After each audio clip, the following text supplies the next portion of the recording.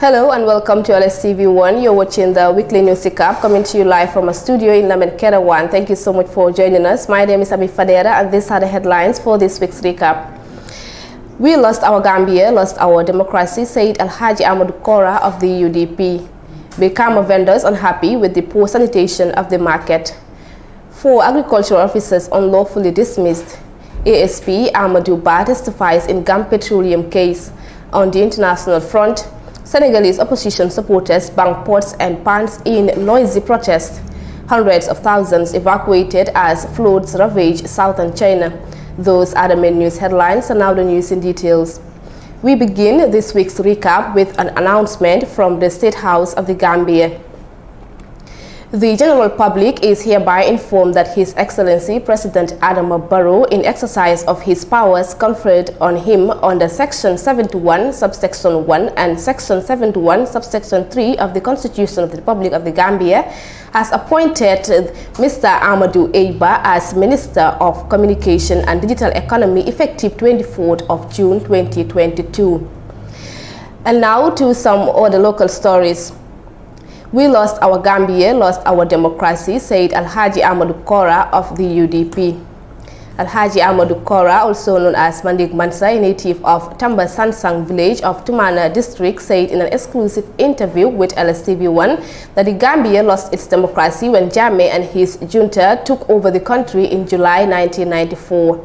Bajan Kamara tells us more. Former President Jammeh subjected Gambians and non-Gambians to many human rights violations. Alhaji Amadou Kora, a proficient figure in politics and also a victim of the past regime, said, "We lost our country when men in uniform took over." He compared the Gambia like a sinking boat at sea that could have landed anywhere. Mr. Kora narrated the scenario on how he was arrested, detained for 6 months without being told of his crime he committed. We voted among ourselves and chose Adama Barrow. He was able to stand under the UDP and won the election in 2016. He established his own political party and called me personally and gave me money and told me to join him. But I told him that I cannot betray UDP because Usenu have gone through a lot because of UDP. Despite all the hardship he went through, still he was a very active member of the United Democratic Party, UDP. He further states that President Barrow tries to bribe him to cross carpet to leave UDP and join his party NPP.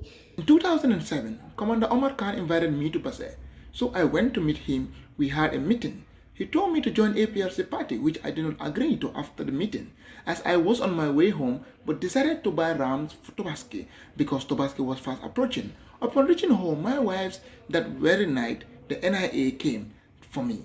They took me to Basse again, but had them talking on phone, bring him.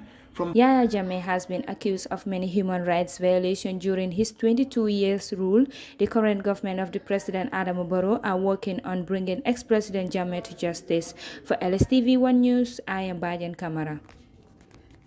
ASP Amadou Ba testifies in Gam Petroleum case.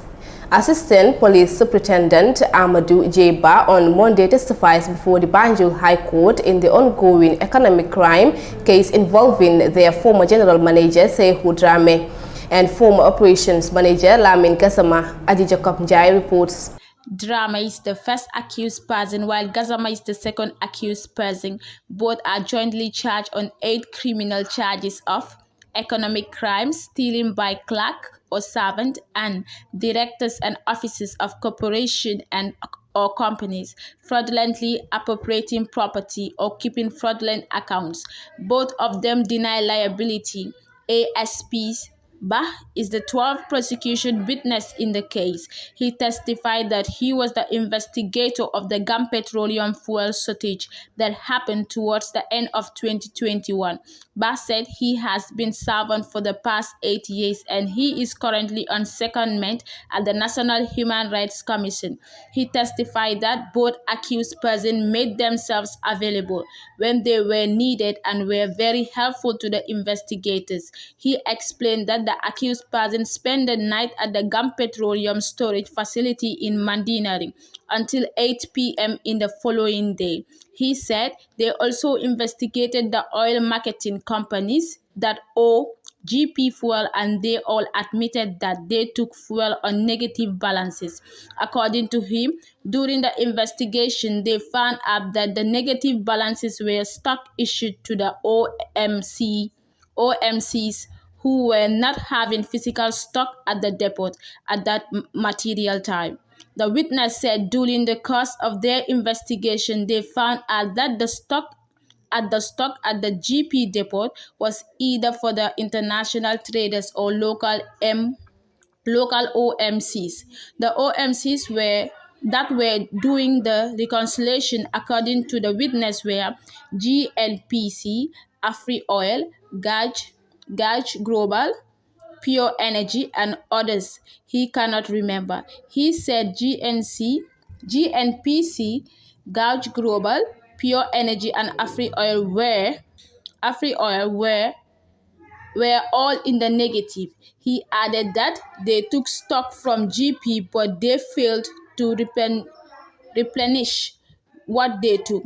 He took time to explain how cooperative the two accused persons were to them. At the time of investigations, he testified that during the cross-examination by lawyer Christopher Mane for the accused person, the witness said the first accused person came to meet them at Pura on his own, and the second accused person came to GP depot to meet them on his own. He said he did not see any of the two accused persons with arms. The witness said the second accused person were not The two accused persons were not released at any time. The case was adjourned to Wednesday, 29 June 2022 at 1:30 p.m. for the continuation of the cross-examination of the witness. For LSTV1, I am Aji Jacob Njai. Brickham vendors unhappy with the poor sanitation of the market.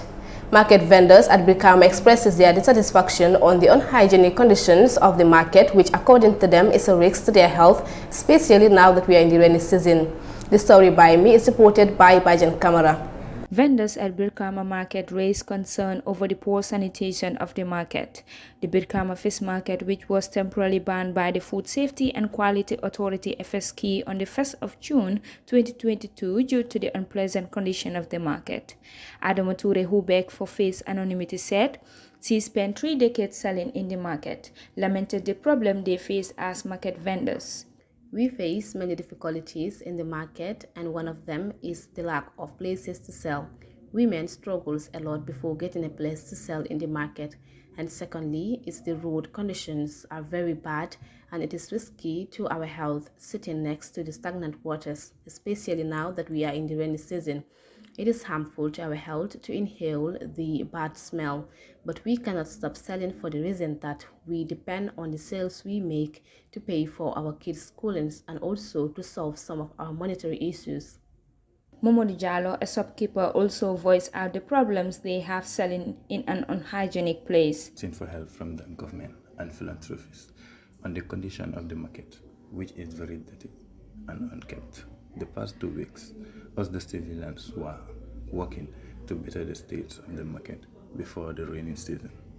Another vendor has this to say. The place is very smelly and full of mud. Selling in the market is very difficult.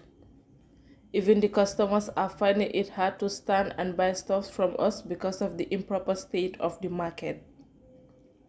Foodstuffs are very expensive, so we are urging the government to put price control and reduce the price of food commodities because the illegal increment is affecting the business now. It could be recalled that the Food Safety and Quality Authority FSQ of the Gambia on Wednesday, 1st of June 2022, ordered the closure of the Brickham Fish Market due to its unhygienic conditions. The closure of the fish market was as a result of the stagnant, stinking water which causes unpleasant odor in the market. LSTV1 went to the market to talk with some of the vendors regarding the poor sanitation of the market. The sellers decried of the poor unhygienic conditions and are urging on the government, NGO, and philanthropists to come to their aid. For LSTV1 News, I am Bajan Kamara. 4 agricultural officers unlawfully dismissed. On Saturday, the 18th of June 2022, four dismissed officials of the Department of Agriculture held a press conference at Fajikunda to voice out the reasons for their unlawful dismissal. Bajan Kamara attended the event and see files in this report. Four ex-workers of the Department of Agriculture last weekend met with the press to express their disappointment on the department's decision of sacking them unlawfully. Musa Bojang, a senior plant protection officer, Alaji Gay, agriculture assistant, Lamin Jaite, plant protection officer, and Babukar Kamara, agriculture officer, said the only crime they committed was exposing the corruption scandals and standing up to fight the irregularities going on in the department. Speaking on behalf of the group, Musa Bojang said there were many scandals happening in the Department of Agriculture, so he and his colleagues deemed it necessary to expose those dubious acts being done in office, but unfortunately all they could get as a response in fighting for corruption was a sacking letter. There are many errors in the dismissal letters of all the four officers involved. We think that the decision taken by the department was done in a rush, that they made mistake of our job. The PMO could have handled the matter in a different way than shocking us. This is the highest punishment in public service. The issue could have been given much attention before drawn into conclusion. Mr. Bojang went further to state that some retired officials whose contract have expired should ask for a contract extension if they wish to work in the department or leave the office, because they cannot be using office equipments and resources whilst they are no longer staffs. Government hiring retired officials is not a problem if the Director General feels that those retired officers should continue. The best thing they could have done is to apply for contract extension, and then we will not complain. Their contract ended since in 2020, but we work with them because they were managing a project. These officials receive 2,000 worth of GSM credit every month without doing any communication work for the project. Four agriculture officials that were unlawfully dismissed from service have some demands to make. They say, and I quote, "We have very simple demands to make. Firstly, we want the truth to be established. Second, we want revocation of all wrongful decisions against us. And finally, we want justice to prevail in this matter we find ourselves." For LSTV1 News, I am Bajan Kamar.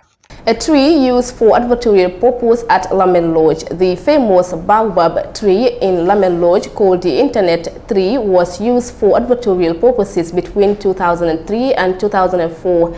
The multicolored tree is at the entrance of the lodge. Aji Jacob Njai visited the lodge and see files in this report. Local tour guide at the lodge explained the idea of the tree. Usman said it is for advertorial purpose. Any person or group who wishes to advertise your business or product pays $1,000 and have your product or business painted on the tree. He explained that a person or group have to pay $1,000 for renewal each year, or else their names will be removed. For LSTV1, I am Aji Jacob Njai. On the entertainment news, GAM Musician Union commemorated World Music Day. The Musician Union of the Gambia in commemorating World Music Day from the 20th to the 25th of June 2022 with a series of activities including truck tour, music convergence, in order to bring together artists and to look for a way forward of the music industry. More in this report by Aji Jacob Njai. GAM is collaborating with Alliance Francaise this year for the commemoration. Music GAM on Monday organized a convergence of musicians, also as part of their series of their activities. They will be organizing a training workshop for musicians on areas like artistic freedom, freedom of expression, and how to develop their career pursuit. Momo Sarr, an executive member of the union, said on 20th June they will be doing music convergence that will bring together many artists to discuss their problems and a possible way forward. He added that at the convergence they will come up with a 10-point agenda demand council for artists and culture, the Ministry of Tourism and Culture, and the National Assembly, among others. Sarr said they will train 40 musicians on issues affecting their work in their view to develop their capacities. The training is meant to build the prestige of the artist. He said they will also do truck tour, which simply means taking music to the street by going to the communities and play music there. He said they will also do a big music festival on the last day, 25th June, where selected artists will play in a free concert. He added that there will be a live band. Ari Cham, known as Killer 8, the Secretary General of the union, said they have taken steps to revive the union and so many musicians register with them. He explained that the union now provides musicians free legal advice on their dealings. He said the union belongs to all musicians, adding it stands to promote their general welfare and push their agenda at all times. Justin, the director of Alliance Francaise, said her institution supported the week-long initiative in line with their directive policy of supporting and promoting music and culture. She thanked Music Gum for the initiative and urged them to go beyond the limits of Greater Banjul area. For LSTV1, I am Aji Jacob Njai. And now to some international stories. Senegalese opposition supporters bang pots and pans in noisy protest. Senegalese honk car horns and bang on pots and pans in the capital Dakar on Wednesday evening in the latest protest organized by the political opposition ahead of legislative election next month. Bajan Camera reports.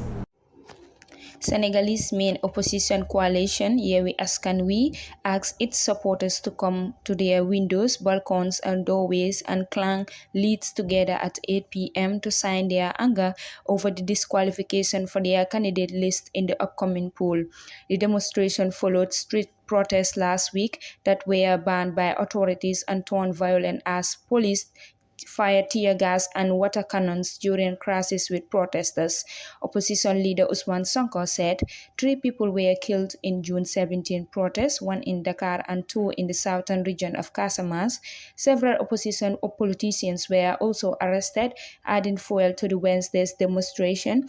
I am here to protest for justice, said Ibrahima Soumaré, a 47-year-old tour guide wearing the colors of Senegalese flag and holding 2 large pot lids on which he had written, "No to dictatorship and protesting is a constitutional right." The coalition candidate list was disqualified from the July 31st poll for technical reasons, according to a court ruling. Tensions have run high in Senegal since major protests broke out last year after Sonko was arrested on rape charges which he denied. Many accused President Macky Sall of trying to eliminate his competitors after 2 main rivals were jailed on corruption charges in 2015 and 2018. Sall was swept to power in 2012 on a wave of popular support, which has long since saw his 2 terms will be upheld in 2024, and some opponents fear he will try to run for a 3rd, an option Sall has neither confirmed nor denied. For LSTV1 News, I am Bajan Kamara. Hundreds of thousands evacuated as flood ravaged southern China. Hundreds of thousands of people in China have been evacuated in several southern and eastern provinces after unrelenting rains caused flood and triggered landslides. 2 provinces upgraded flood warnings on Tuesday as rivers overflowed and flood waters level broke a 50-year high. More in this report. Videos on state media shows cars being washed down streets and people being rescued by ropes across swollen rivers. The area is seeing its highest rainfall since 1961, weather officials says. Residents of communities living along riverbanks and in low-lying neighborhoods have been urged to move to higher grounds. The city of Shuaguan in Guangdong province has been one of the worst affected, prompting officials to raise its flood alert to the highest level as the city charted records rainfall since late May. A similar alert was put in place for Guangdong's Chongguan city.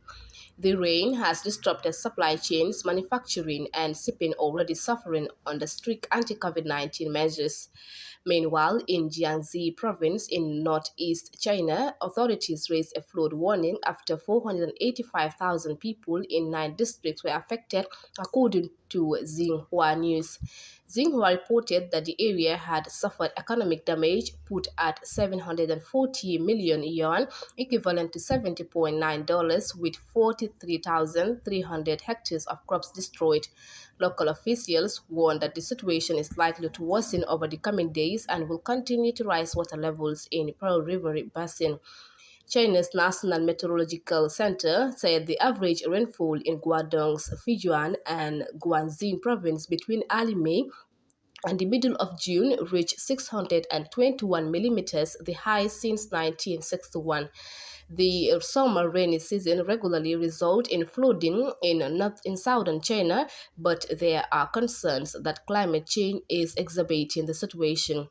In contrast, many areas in the north of the country are experiencing unusual high temperatures, but the rain is forecast to hit there next. For LSTV1, I am Amie Fadera.